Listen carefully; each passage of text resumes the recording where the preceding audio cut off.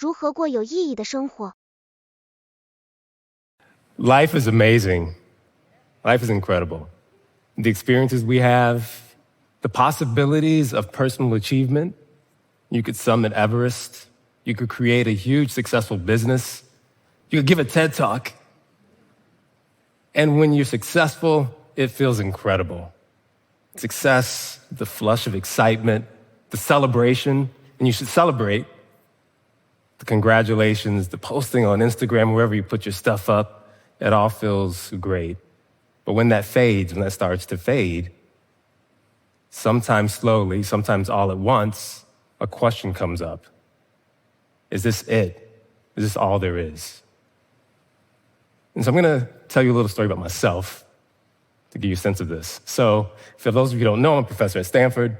When I got my job, I was elated, and a little bit terrified.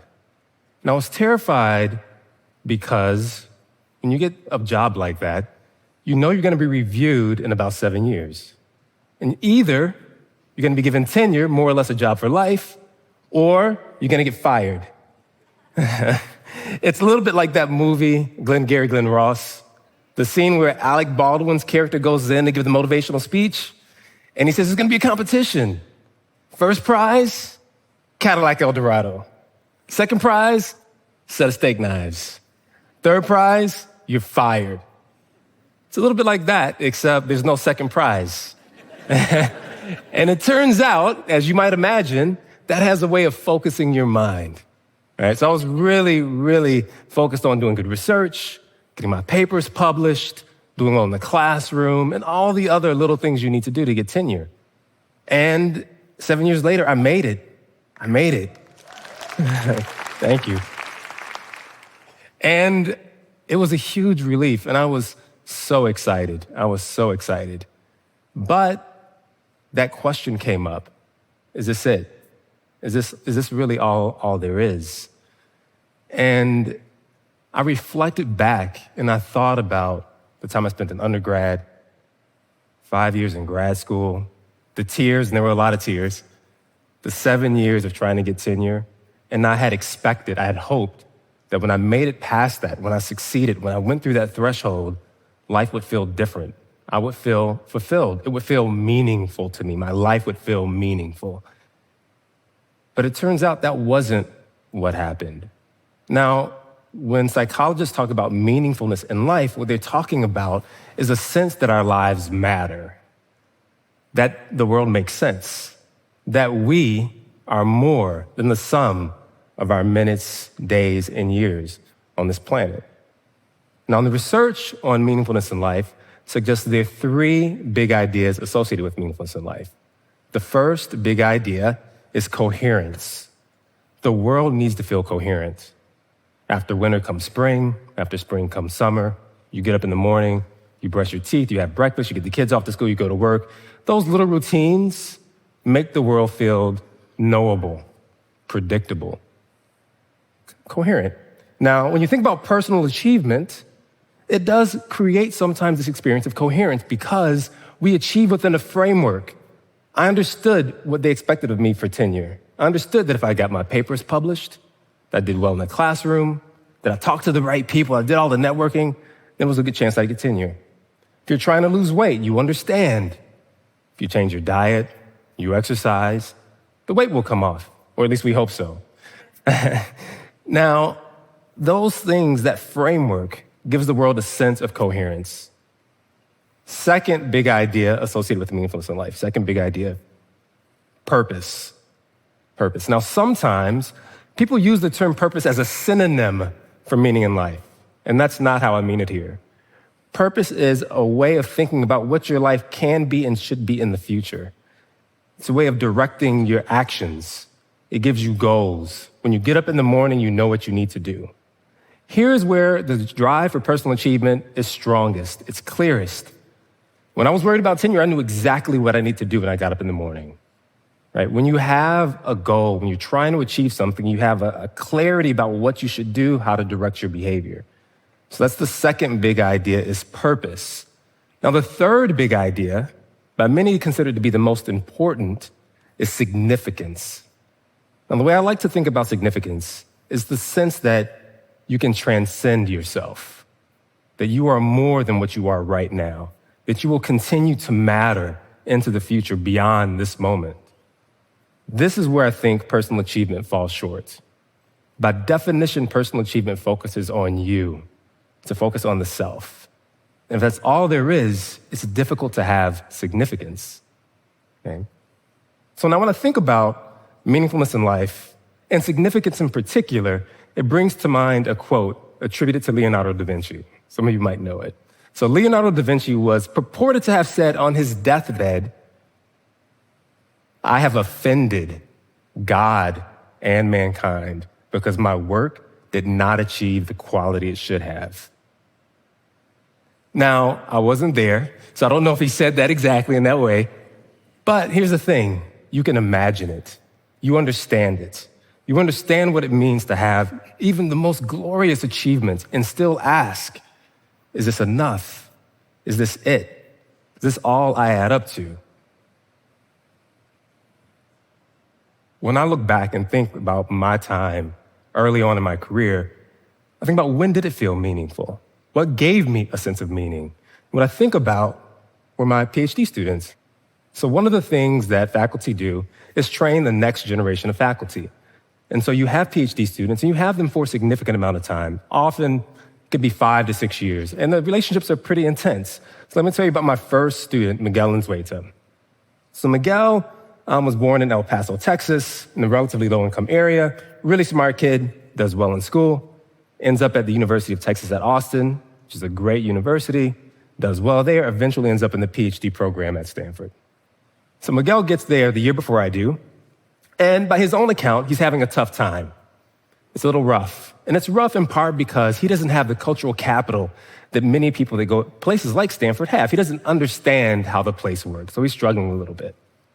Now, when I arrive, I'm really impressed because he's so smart, he's ambitious, and he's asking questions and interested in things that I'm interested in. So I'm really excited to work with him. And so we started to work together, and again, it's really intense. I'm working with him for 4 years.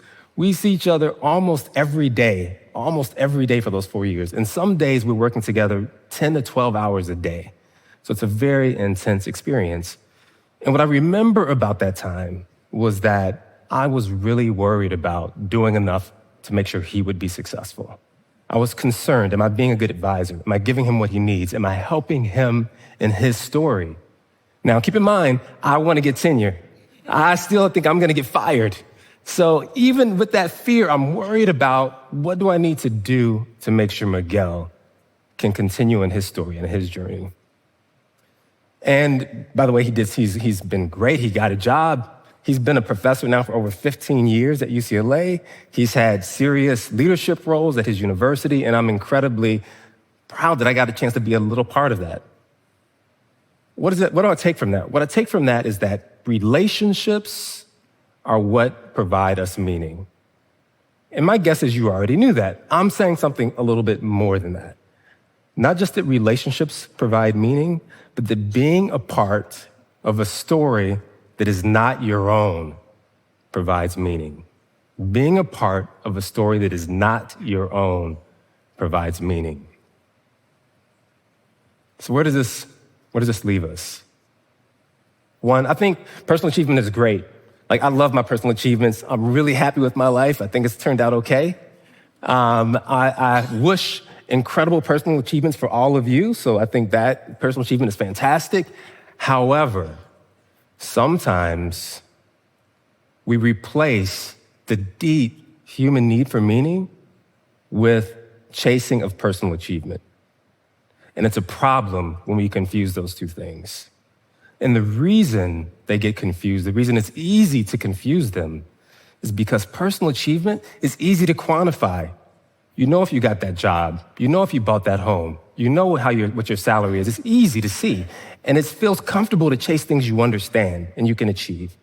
That's one reason. The other reason is that personal achievement feels good. Personal achievement feels good. What we think we want is happiness, and personal achievement provides a hit of happiness. It feels fantastic when you make that achievement. Getting meaning doesn't necessarily feel that way. For example, studies find that parents who spend more time parenting their children report more meaningfulness in life, but not necessarily more happiness. So these things are not the same. So if you want more meaning in life, what is there to do? One, look for opportunities to participate in others' stories. Like a lot of us, and it's funny I'm saying this because I'm standing on the stage in the circle, but there's a lot of main character energy, I would argue, in this room right now. Just fantastic, I love it. However, you might try a little supporting actor energy if you want meaning. Play a supporting role in other people's lives. That's number one. Two, accept that the pursuit of meaning may not generate happiness. The pursuit of meaning might not generate happiness. In fact, it might be uncomfortable. It turns out that meaning is more associated with the self-providing for others than providing for you, for yourself. And that's sometimes a hard thing to do. Expending effort, emotional energy on behalf of something that is not going to return happiness is not something that we tend to think of as a good use of our time. But it turns out it does produce meaning. So let me say just a couple more things. One, I think the human need and pursuit of meaning is both beautiful and profound, because when you have meaning in your life, that means that someone else gave you the opportunity to participate in the story that is not your own. And for that, for the meaning you have in your life, you should feel a deep gratitude for the people who have allowed you to participate in the story that was not your own. On the other side, when you allow people to participate in your life, you're giving them the opportunity to generate meaning. And so in that way, the deep, deep human need for meaning connects us in a circle. I think a beautiful and profound circle of generosity and gratitude. And so right now here, I'm deeply grateful that you all have let me participate in your stories. And that's deeply meaningful for me. Thank you for that.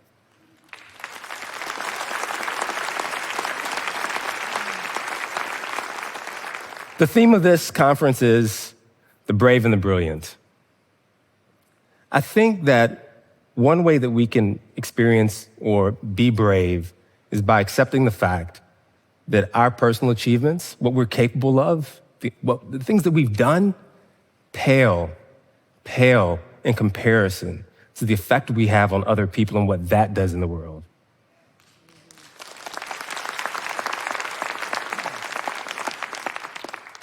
And that as you go through the world with all of your brilliance, and I mean that in terms of light, as you go through the world lighting the world, when you interact with other people and you illuminate them and help them shine more brightly, that's how the world gets illuminated. That's how we bring up the lights. And the world obviously desperately needs that. And in return, what you get is meaning, because when we're gone, all of the accomplishments will mean nothing. The only thing that will be left of you when you're gone, and we all will be gone eventually, the only thing will be left of you is the role you played in other people's stories, what you leave with other people, how that reverberates through time. And that is a beautiful thing, and I wish all of that for you. Thank you.